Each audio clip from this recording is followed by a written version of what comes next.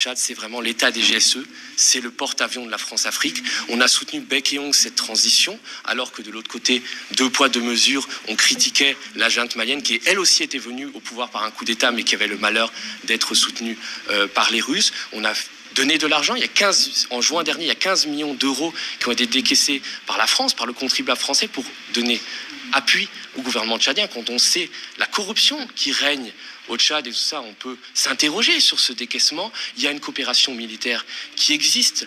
Mahamat Idriss Déby Itno est un pantin.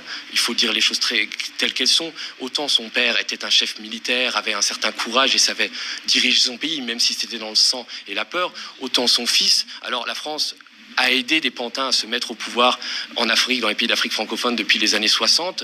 On en a mis des dizaines et des dizaines, mais celui-là, il vaut son pesant de cacahuètes en termes d'idiotie et de bêtises. À côté de Mahamat Idriss Déby Itno, Bokassa, c'était un prix Nobel. On se rend bien compte. Alors, le principal aujourd'hui, patron du Tchad, l'homme qui dirige en sous-main le Tchad, qui est le patron de la police politique, s'appelle Ahmed Kogri, et quelqu'un qui a été longtemps attaché de défense militaire à l'ambassade du Tchad en France, et qui est très proche des services secrets. Donc, il y a une intrication très forte entre la France et le Tchad. Alors, on explique tout ça par la lutte contre le terrorisme, mais moi, je suis absolument pas sûr. Le Tchad est vraiment notre porte-avions, notre dernier précaré de cette France-Afrique qui s'effondre.